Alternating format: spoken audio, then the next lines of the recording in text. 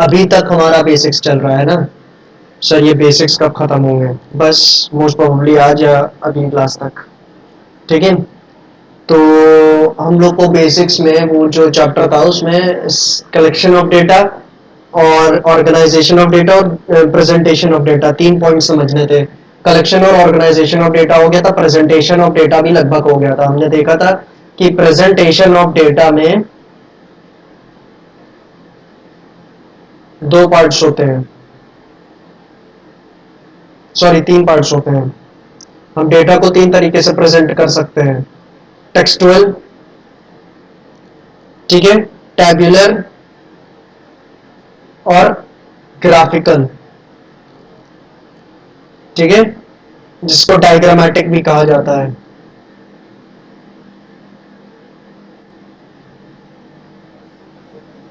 ठीक है मैम, ये 3 तरीके हैं हमारे डेटा को प्रेजेंट करने के, ठीक।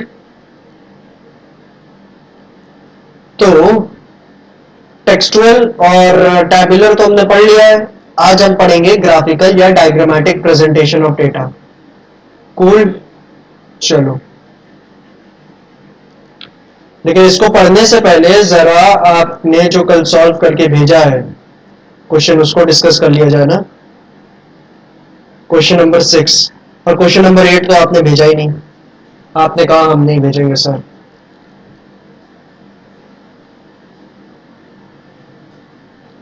ठीक है, तो इसमें आपने कहा पॉइंट नंबर 1 आपको नहीं समझ में आ रहा था।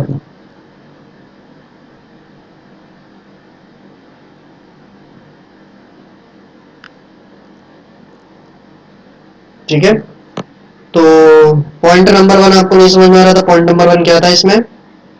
Out of 41,000 rupees paid by check into the bank on 25 March, checks amounting to 15,000 रुपए वर collected on 5 April. Okay, 15,000 minus होंगे, ये 15,000 रुपीज माइनस होंगे फर्स्ट वाले में, लेस 15,000। कैसे, ये जानना चाहेंगे आप, है ना? मुझे ये बताओ, हमने चेक पर डिपॉजिट किया अपने खाते में कितने रुपीस का? 41,000 का। तो मेरी कैश बुक कितने रुपए से बढ़ गई होगी? 41,000 से, है ना? जब मैंने अपना चेक डिपॉजिट किया है अपने खाते में, तो मेरी कैश बुक मैंने कितने रुपए से बढ़ा दी होगी? 41,000 से। लेकिन 31 मार्च तक कितने रुपए की चेक्स क्लियर हुई है? केवल 26,000 रुपए की। केवल 26,000 रुपए की चेक्स क्लियर हुई हैं। सर आपको कैसे पता? क्योंकि उसमें देखो ये लिखा है ना कि 15,000 रुपए की चेक्स कब क्लियर हुई है? 5 अप्रैल को। यानी 31 मार्च तक केवल कितनी चेक्स क्लियर हुई है? 41 माइनस 15 यानी 26,000 रुपए तक की चेक्स क्लियर हुई है। तो पासबुक केवल कितने से बढ़ी है? 26,000 रुपए से। ठीक है, तो 41 माइनस 26 कितना होता है? हाँ, तो 41 माइनस 26 कितना होगा? 15,000 रुपए। 15,000 रुपए से आपको कैश बुक कम करनी पड़ेगी, ठीक है। चलो, वो जो सर आपने एक क्वेश्चन भेजा था वो वाला में समझ में आया कि कितनी कंफ्यूज है, कैश बुक की पासबुक की क्लियर नहीं दिखता है। हाँ, क्या नहीं समझ में आ रहा था उसमें? उसमें कैश बुक पे कंट्रोल है या पासबुक पे? अरे कैश बुक पे कंट्रोल है मैम, उसमें लिखा हुआ है ना, देखो क्या? इलस्ट्रेशन 8। हाँ, उसमें देखो पहली लाइन क्या दी है?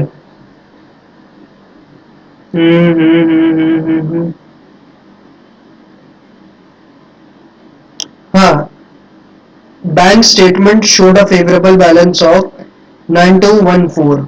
Okay, bank statement showed a favourable balance of 9214, ये वाला क्वेश्चन भेज दिया मैंने।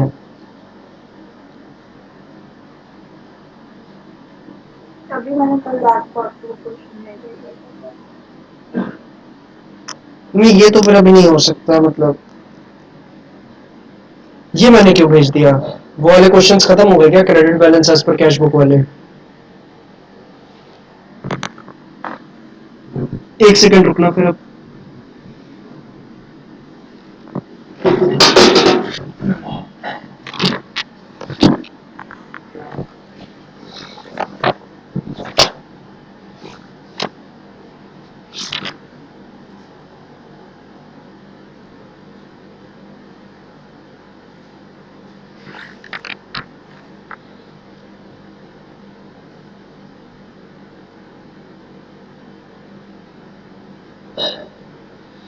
हाँ मैम, ये जो है ना आपका bank statement showed a favourable balance of 9214 जो इलस्ट्रेशन 8 में दे रखा है, तो उस क्वेश्चन को आपको शुरू करना पड़ेगा credit balance as per passbook से, क्योंकि वो पासबुक का बैलेंस है। ठीक है। जी सर, तो वहाँ को नहीं आ रहा था, अभी पढ़ा नहीं। हम्म।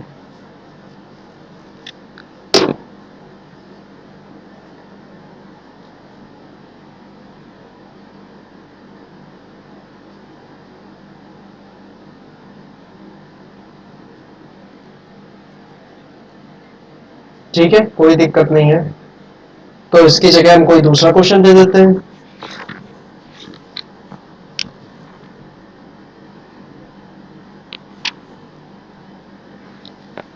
Credit balance as per cash book तो बता दिया था ना मैंने कल आपको, तो वो तो कर ही लेंगे, है ना, उसमें तो कोई प्रॉब्लम नहीं है। Credit balance as per cash book जो था, तो उसका क्वेश्चन सेंड कर देते हैं।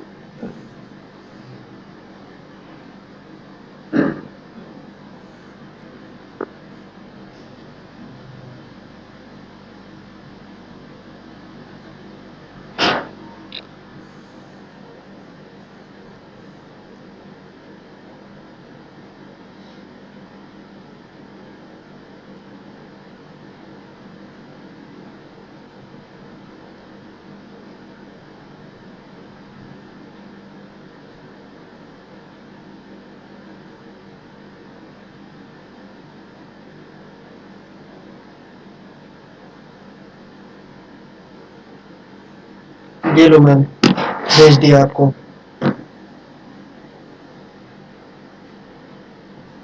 ये वाला कर लेना आज, ठीक है। ये credit balance as per cash book का क्वेश्चन है। अब बाकी चेक कर लें जो उसमें किए हैं। 10,600 ऐड किया इसमें। हम्म, नहीं, 5,000 ऐड होगा। ठीक है, केवल 5,000 रुपए ऐड हो गए।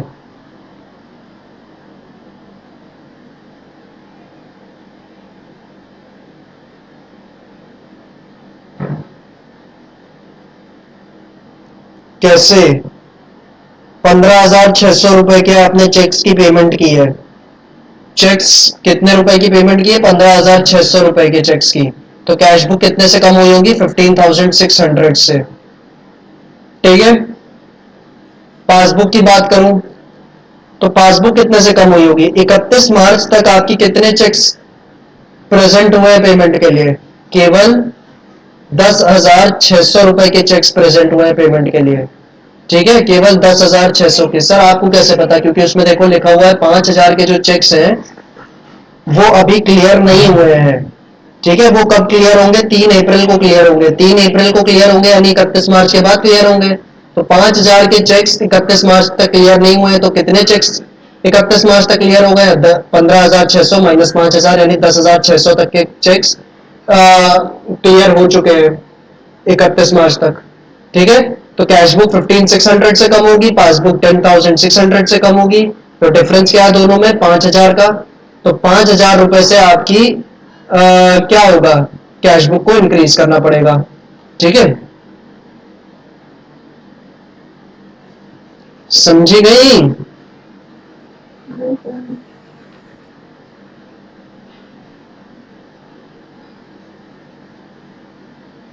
और ये आपने जिस फॉर्मेट पे किया है ये गलत फॉर्मेट नहीं है, बट इस फॉर्मेट के थ्रू लास्ट में जो बैलेंसिंग करनी पड़ती है ना वो बहुत कॉम्प्लिकेटेड हो पाती है। तो अगर इससे करना है तो करो, कोई दिक्कत नहीं है, लेकिन वो कर लीजिएगा वो कॉम्प्लिकेटेड काम फिर। ठीक है। क्या कॉम्प्लिकेटेड है इसमें बैलेंसिंग?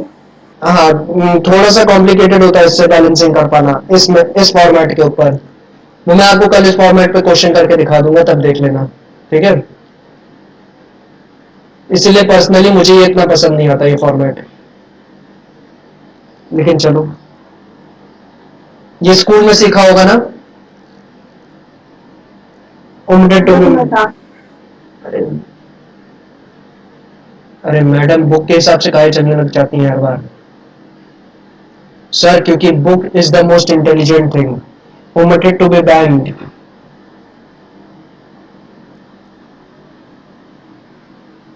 ठीक है, और ये आपकी बुक में भी था और ये आपके स्कूल में भी सिखाया होगा टीचर ने, प्लस माइनस आइटम्स वाला। ऐसा नहीं है कि गलत है, बहुत अच्छा सिस्टम है ये भी, लेकिन लास्ट में बैलेंसिंग करना थोड़ा सा कॉम्प्लिकेटेड हो जाता है। ठीक है, इतना आसान नहीं है जितना इस सिस्टम में है। चलो कल क्वेश्चन करेंगे तब देखेंगे उसको। अभी ये बाकी का देख लें। एक वाला क्वेश्चन, एक 2,000 रुपये ओमिटेड टू बी बैंक। 2,000 रुपये यानी कैश बुक में हमने एंटर कर दिया और बैंक में ओमिट कर बोल रहा है, तो ये लेस होना चाहिए। 1,200 रुपये हमने बैंक में डिपॉजिट कर दिए, पर कैश बुक में इसकी एंट्री भूल गए, तो ये ऐड होना चाहिए। ठीक है, 1,040 रुपये का बिल्स रिसीवेबल है, 40 रुपये उस पर डिस्काउंट है, with the bank has been dishonoured but advice was received on 3 अप्रैल। ठीक है, तो एक बीआर है जो कि डिसऑनर हो गया है, और उसके बारे में हमें पता कब चला है? उसके बारे में हमें 3 अप्रैल को पता चला है। तो डिसऑनर हुआ है, तो उसकी वजह से हमारे बैंक की वैल्यू कम हो गई होगी। अगर हमारा ये बीआर बीआर भी एक तरीके से चेक ही होता है मैम, तो ये डिसऑनर हुआ है, तो इसकी वजह से हमारे बैंक में पैसे कम हो गए होंगे ना।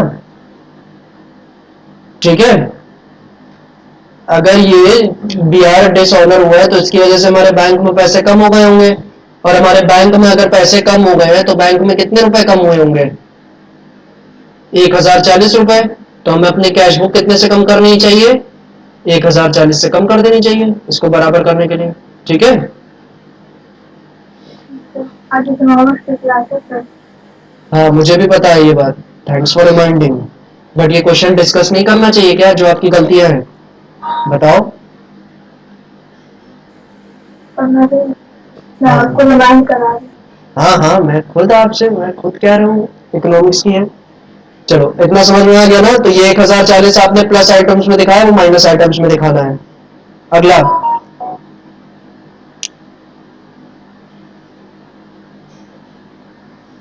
अगला क्या है? 20,000 रुपए का बिल है, रिटेन्ड या paid by the bank under a rebate of 300 रुपए, but the full amount of the bill was credited in the bank column of the cash book. तो एक बिल है 20,000 रुपए का, जिसको बैंक ने रिटेन किया है। रिटेन किया यानी उसकी पेमेंट बैंक करेगा, हम नहीं करेंगे, बैंक करेगा उसकी पेमेंट। ठीक है, और कितने के रिबेट पे करेगा? 300 रुपए की रिबेट पे इसकी पेमेंट करेगा। ठीक है, तो 300 रुपए के रिबेट पे उसकी पेमेंट करेगा, तो उस बिल को कितने रुपए में पे कर देगा वो? 19,700 में। ठीक है, but the full amount of the bill was credited in the bank column of the cash book. Okay, तो एक बिल की पेमेंट हमारा कौन कर रहा है? बैंक कर रहा है। ठीक है, बैंक हमारा जो पेमेंट कर रहा है बिल की कर रहा है, और वो बिल कितने रुपए का है? 20,000 रुपए का है। तो 20,000 रुपए का वो बिल है, तो बैंक ने जो पेमेंट करी वो 300 रुपए के रिबेट पे की है। तो यानी बैंक में पैसे कितने कम हुए होंगे? 20,000 माइनस 300 यानी 19,700 रुपए, है ना। लेकिन हमने फुल अमाउंट कैश बुक में क्रेडिट कर दिया। कैश बुक में हमने क्या किया? फुल अमाउंट क्रेडिट कर दिया। क्रेडिट कर दिया यानी कैश बुक को कम कर दिया। कितने रुपए से? फुल अमाउंट से, यानी 20,000 से। तो 300 रुपए ज्यादा कम कर दिए ना कैश बुक में, तो ठीक करने के लिए क्या करें? 300 रुपए हम ऐड कर दें। ठीक है,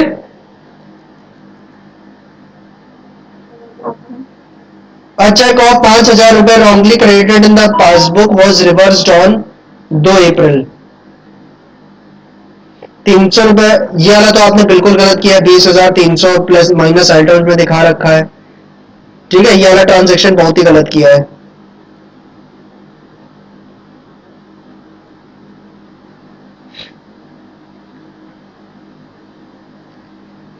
wrongly credited in the was reversed on 2 अप्रैल। तो रॉन्ग क्रेडिट कर रखा है 5,000 रुपए का ये। ठीक है, तो आपने एक रॉन्ग क्रेडिट कर रखा था पासबुक में। पासबुक में अगर रॉन्ग क्रेडिट है तो इसका मतलब क्या है? पासबुक में क्रेडिट रॉन्ग क्रेडिट कर रखा है, तो पासबुक का क्रेडिट का मतलब है बैलेंस बढ़ा रखा है 5,000 रुपए से, ठीक है। और उसको आपने ठीक कब किया है? 2 अप्रैल को, यानी 31 मार्च के बाद जाके ठीक किया है, यानी 31 मार्च तक तो इसका कोई इफेक्ट नहीं गया था, ठीक है। 31 मार्च तक आपने इस गलती को ठीक नहीं किया है, तो 31 मार्च तक अगर आपने इस गलती को ठीक नहीं किया है तो फिर ये गलती आज भी आपकी बुक्स में ऑफ अकाउंट्स में है, तो आपको कैशबुक को भी 5,000 से बढ़ाना पड़ेगा ताकि आप इसको बराबर कर सको, ठीक है। तो कैशबुक को 5,000 रुपए से बढ़ा दिया जाएगा। तो आपने क्या किया देखें, 5,000 रुपए से इंक्रीज किया, ठीक है, ये तो सही है। एंड फिर है बैंक had wrongly debited 10,000 रुपए एंड वॉज रिवर्स्ड, और अगले वाले में बैंक ने रॉन्ग डेबिट कर दिया 10,000 रुपए, ठीक है, और उसको रिवर्स किया गया है 10 अप्रैल को, यानी 31 मार्च के बाद, तो इसको लेस किया जाएगा, तो ये 10,000 रुपए आपने लेस किए हैं, ठीक है। और चेक ऑफ 400 रुपए drawn on the saving account has been shown on current account in the cash book, ठीक है। 400 रुपए आपने सेविंग्स अकाउंट के ऊपर ड्रॉ किए और आपने कैश बुक में आपने करंट अकाउंट में दिखा दिए है। तो अगर आपने 400 रुपए का चेक ड्रॉ किया है बैंक के ऊपर, तो पासबुक का बैलेंस बढ़ गया होगा 400 रुपए से, लेकिन आपको अपनी कैश बुक का सेविंग अकाउंट बढ़ाना चाहिए था, लेकिन आपने जाके करंट अकाउंट बढ़ा दिया, तो आपके सेविंग अकाउंट का तो बैलेंस बढ़ा ही नहीं। तो कैश बुक पासबुक को बराबर करने के लिए क्या करें? करंट अकाउंट यहाँ पे क्या है? बैंक में 4 तरीके के अकाउंट होते हैं ना, आपको पता है, fixed account, saving account, commerce में पढ़ा होगा ना, करंट अकाउंट। हाँ ये पता है, लेकिन इस सेंटेंस का क्या मतलब है? इस सेंटेंस का ये मतलब है कि कैश बुक जो हमारी बन रही है ना, वो सेविंग अकाउंट की बन रही है, तो इसमें जमा करने की जगह करंट अकाउंट में जमा कर दी, किसी और खाते में जमा कर दिए पैसे, ठीक है। तो ये जो कैश बुक बन रही है ये तो सेविंग वाली है, और ये तो बढ़ी नहीं है ना, ये तो 400 रुपए से इसको बढ़ना चाहिए था, जबकि कौन बढ़ गया? करंट अकाउंट वाली कैश बुक बढ़ गई, ठीक है। बढ़ना इसको चाहिए था और बढ़ दूसरी कैश बुक गई, ठीक। तो अब कैश बुक और पासबुक को बराबर करने के लिए क्या करें? इसको बढ़ा दे 400 रुपए से, ठीक है सर। लेकिन अभी तो आपने कहा कि गलती से करंट अकाउंट वाली बढ़ गई है, तो उसको कम भी तो करना चाहिए, उस वाली कैश बुक को। तो करंट अकाउंट वाली कैश बुक को कम किया जाएगा, बट वो इस चैप्टर का पार्ट नहीं है, वो हम सीखेंगे रेक्टिफिकेशन वाले चैप्टर में कि वहां पे गलती कैसे ठीक करते हैं, ठीक। क्लियर है? ओके। Okay cool. तो ये आपकी गलतियां थी, इसमें आपने क्या किया था? 400 है, 400 से आपने लेस कर दिया था, लेस किस, ये किस लॉजिक से किया था?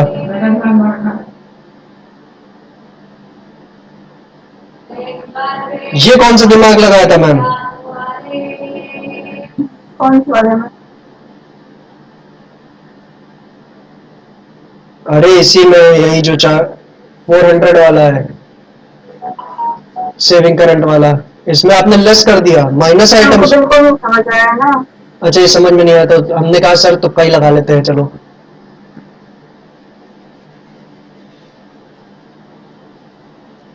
इस चैप्टर में तुक्का लगाना भी इजी है, क्योंकि दो ही चीजें हो सकती हैं, या तो चीज ऐड होगी या लेस होगी। चलो अब हम बढ़ते हैं स्टैट्स पे, और हमें आज क्या सीखना है? Diagrammatic presentation of data. तो डेटा को आपने कलेक्ट किया, ऑर्गेनाइज किया। एक मिनट। हाँ क्या है? एक मिनट मैं आ रही हूँ 5 मिनट में। 5 मिनट में आ रही हो? हाँ कहाँ? क्या कह रही है? हेलो? सर वो मम्मी बुला रही है, कॉल आ रहा है, मैं आ रही हूँ। हाँ मैम 5 मिनट ना लगाओ, 1 मिनट में आओ।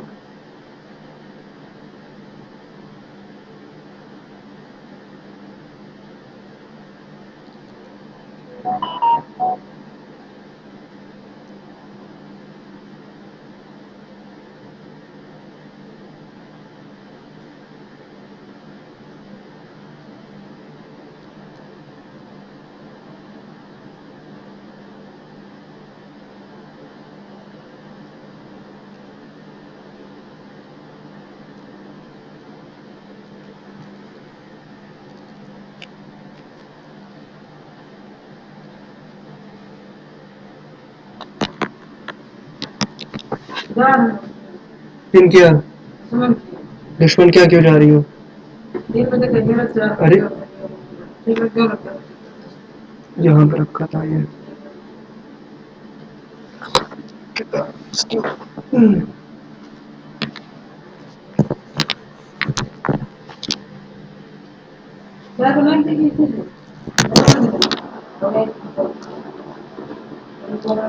हो गया 4 बज गया दुश्मन क्या कथा कथा कथा नहीं है कीर्तन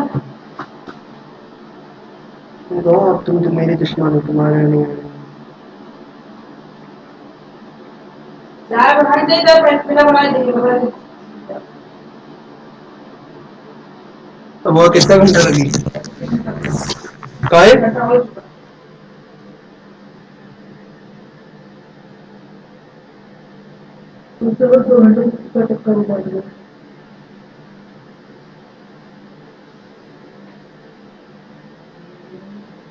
अरे रुको बैठो आराम से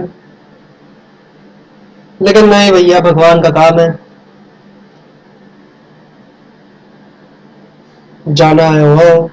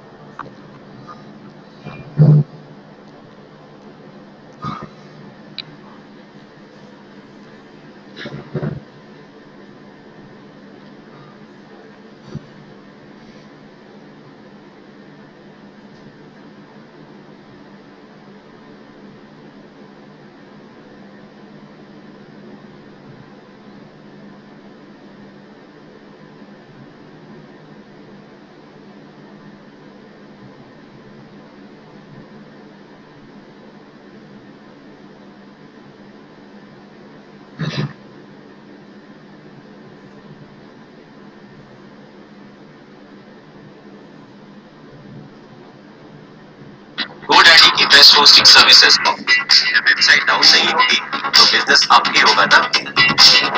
अब हमने इंटरेस्ट राइट और हमारे पास क्या बचता है ईबीटी ईबीटी बचता है ठीक है। यहाँ से हम लोग टैक्स माइनस करते हैं तब जाकर हमारे पास ईडी आता है फिर आगे ईपीएस वगैरह आता है हमारे पास।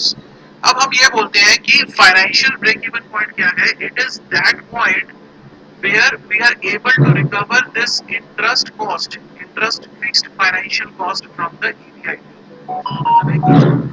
And this will be equal to 0. So financial break-even point is that point where the EBT is 0 and the company is able to recover its fixed financial cost only. Right? चलो इसको लिख लो, it is that point, it is that point where EBT is equal to 0, right, and EBIT is equal to financial fixed cost. Hello जी ma'am. ठीक है जी।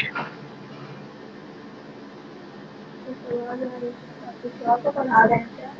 नहीं,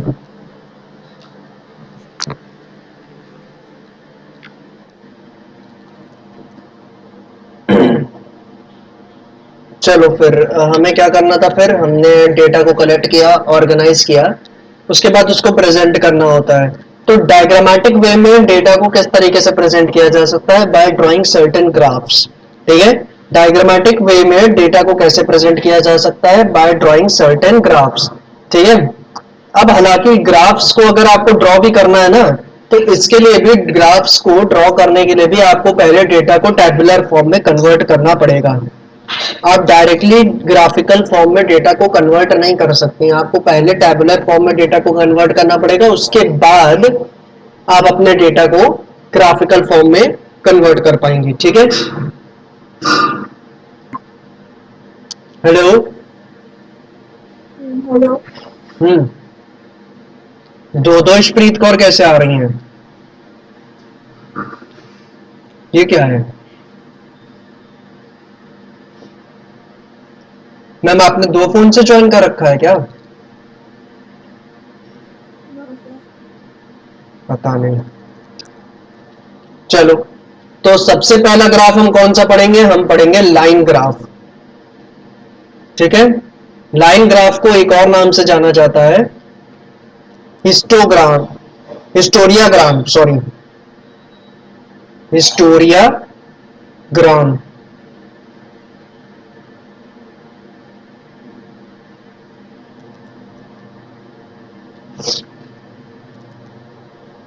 अब मैं बात करूं कितने तरह के लाइन ग्राफ होते हैं, तो लाइन ग्राफ बेसिकली 2 तरीके के होते हैं मैम। पहला तो होता है सिंपल लाइन ग्राफ,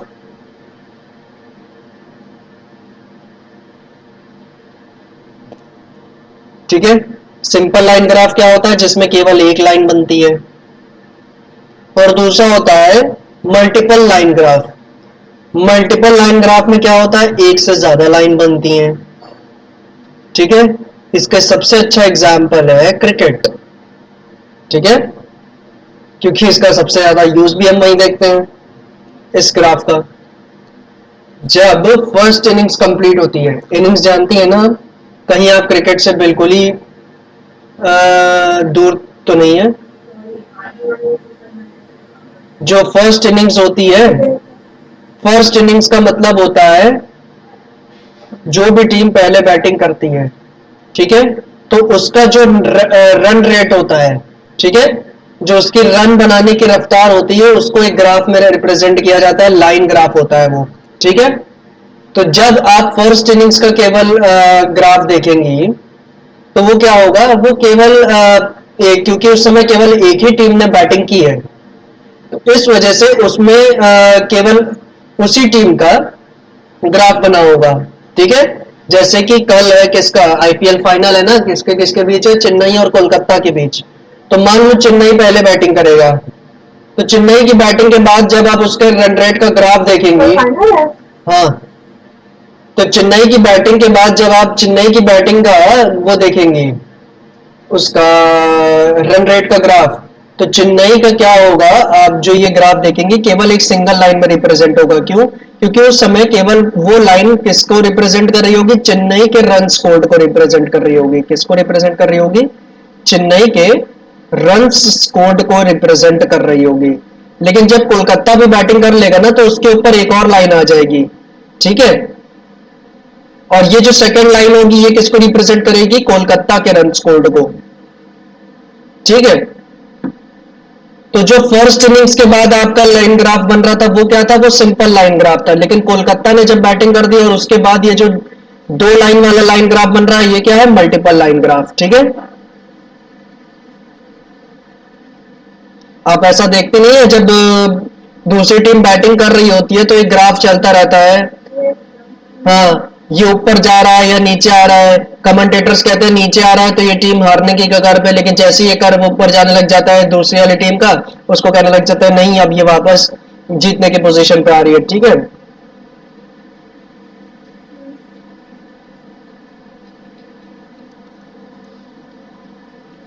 तो सर ये लाइन ग्राफ बनता कैसे है? तो लाइन ग्राफ कैसे बनता है उसको बनाने के लिए आपको सबसे पहले क्वेश्चन नोट करना पड़ेगा।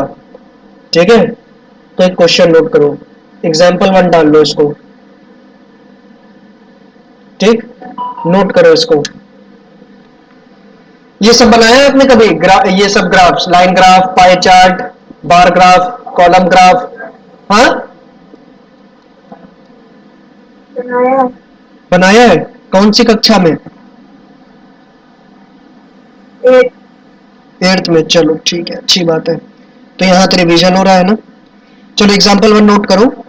The profits in lakhs of rupees of an industrial house for 2002, 2003, 2004, 2005, 2006 and 2007 and 2008। Sir धीरे बोलिए। The profits in lakhs of rupees of an industrial house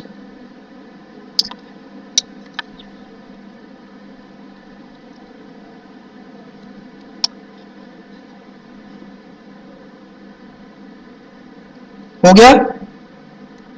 profit का क्या था? Profit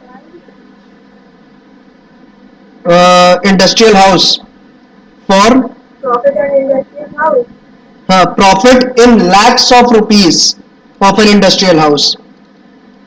the profits in lakhs of rupees of an industrial house.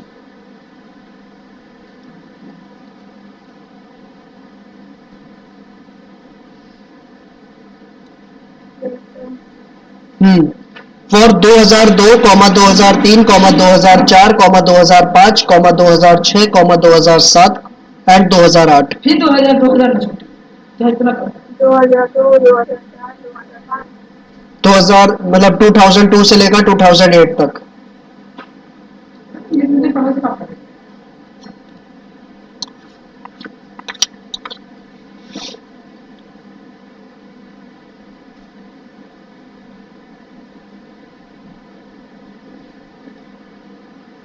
हो गया। R 5,8,9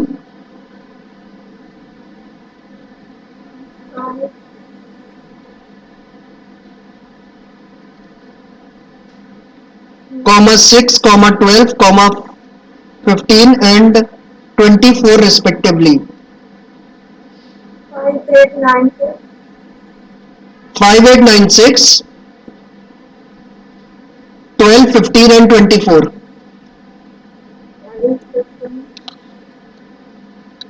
94, 24, 20. Represent these, full stop लगा के represent these data using a suitable diagram. और suitable diagram तो हमारा line graph है, तो ये लिखो represent these data using a line graph. ठीक है,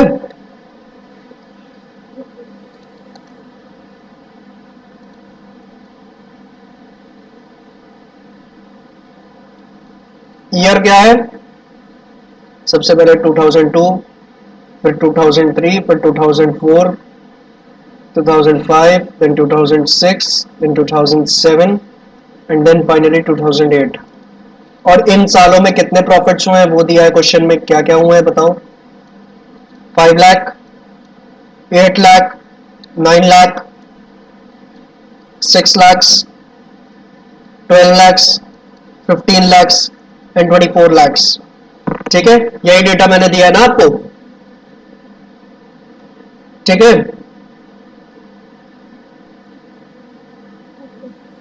अब मैंने देखो क्या बात कही थी कि अगर आपको डायग्रामेटिक यानी ग्राफिकल रिप्रेजेंटेशन भी करना है किसी डेटा का, डायग्रामेटिक यानी ग्राफिकल रिप्रेजेंटेशन भी करना है किसी डेटा का, तो उसको सबसे पहले टैबुलर फॉर्म में कन्वर्ट करना पड़ेगा। बिना टैबुलर फॉर्म में कन्वर्ट किया आप उसको डायरेक्टली ग्राफिकल फॉर्म में नहीं रिप्रेजेंट कर सकते हैं। इसलिए मैंने आपका जो डेटा वहां दिया हुआ था उसको सबसे पहले टेबलर फॉर्म में किया है, क्योंकि टेबल में कर पाएंगी उसी के बाद ग्राफिकल फॉर्म में कर पाएंगी। ठीक है, अब हम ग्राफ बना पाएंगे इसका। तो ग्राफ बनाने के लिए कुछ इस तरीके का आकार बनाना पड़ता है, x, 0 एंड y।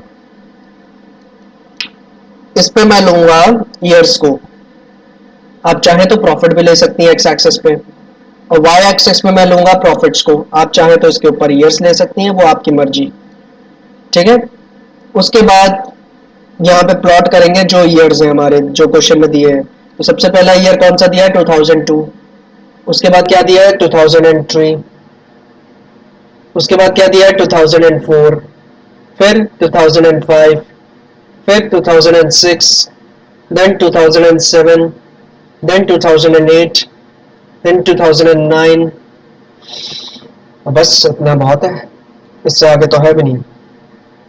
उसके बाद प्रॉफिट्स हम प्लॉट करेंगे। प्रॉफिट्स को देखो कैसे दे रखे हैं, 5, 8, 9, 6, 12, 15, 24।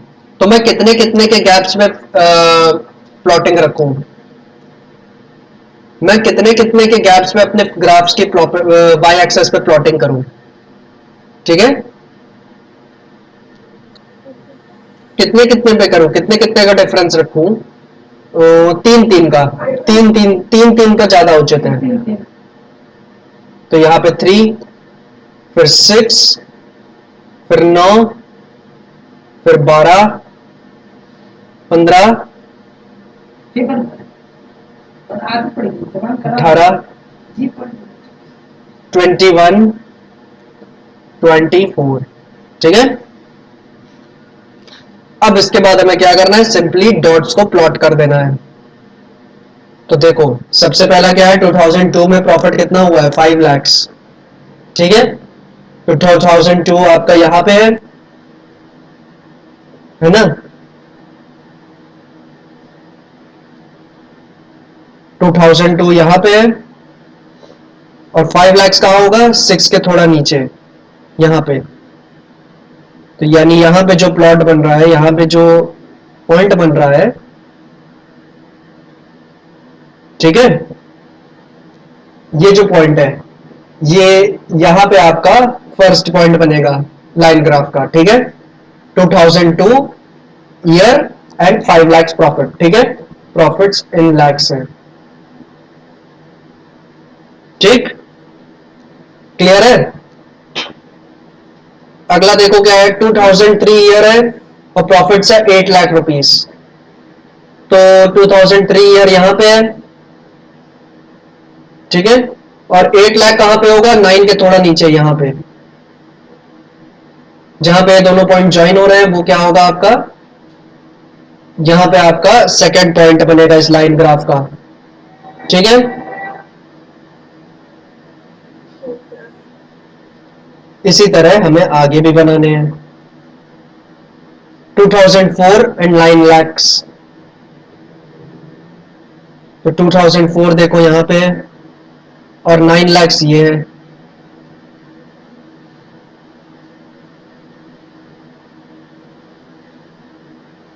ये आपका पॉइंट होगा, थर्ड पॉइंट इस लाइन ग्राफ का।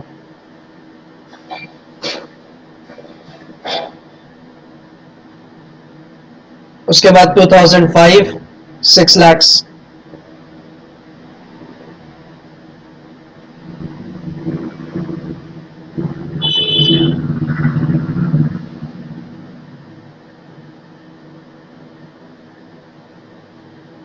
ये आपका फोर्थ पॉइंट हुआ।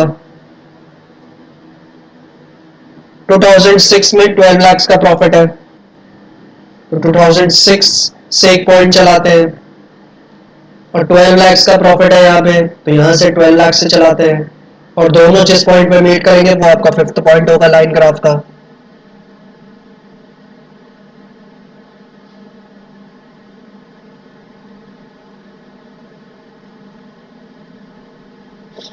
ठीक, ठीक इसी तरह लाइन ग्राफ्स बनाने होंगे आपको पेपर में अगर आया। हाँ, 2007-15, 2007 देखो ये है, तो 15 ये है, दोनों तरफ से एक एक लाइन चलाओ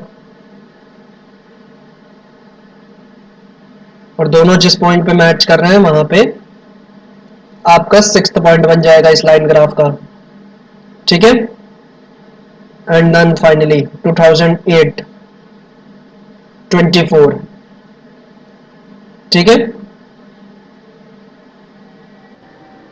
2008 से एक लाइन और ऊपर 24 से एक लाइन।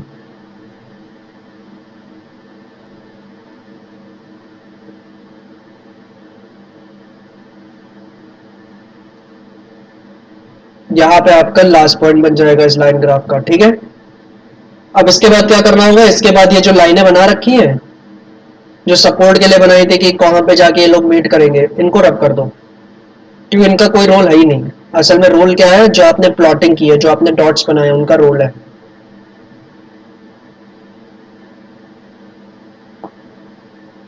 तो ये जो डॉटेड लाइंस आप बनाएंगी ये किससे बनाएंगी, ये पेंसिल से बनाएंगी। और जो डॉट्स बनाएंगी, ये जो डॉट्स काले वाले मैंने बनाए ये किससे बनाएंगी, पेन से बनाएंगी अपने, ठीक है।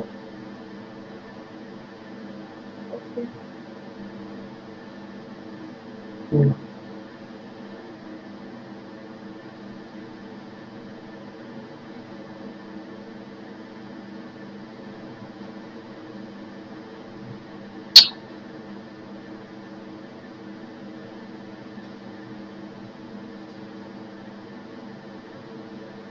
2005 वाला रब हो गया। 2005 का क्या था, 6,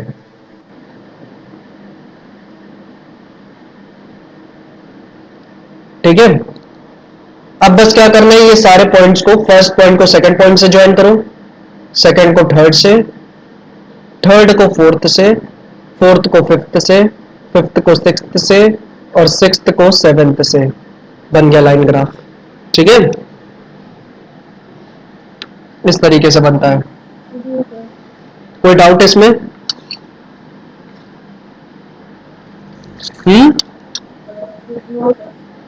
नो, चलो फिर ठीक है।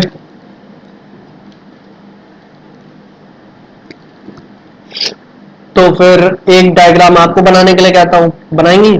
ये नोट कर लिया है या फिर बाद में नोट करना है?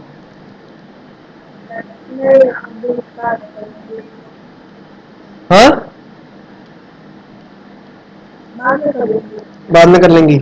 चलो फिर एक क्वेश्चन आपको देता हूं, आप करके देंगे लाइन ग्राफ का, लाइन ग्राफ हो जाएगा, फिर हम लोग अगले पे बढ़ेंगे। तो आपको जो मैं क्वेश्चन दे रहा हूं वो मल्टीपल लाइन ग्राफ का दे रहा हूं, ठीक है। 2 लाइन ग्राफ बनाने पड़ेंगे, बना पाएंगी?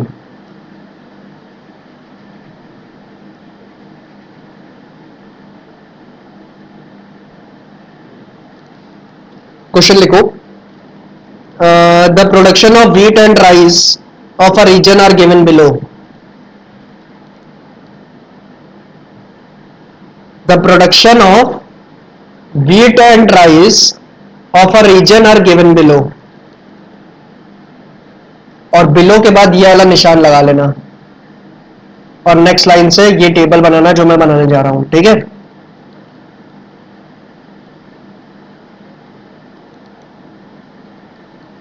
ईयर,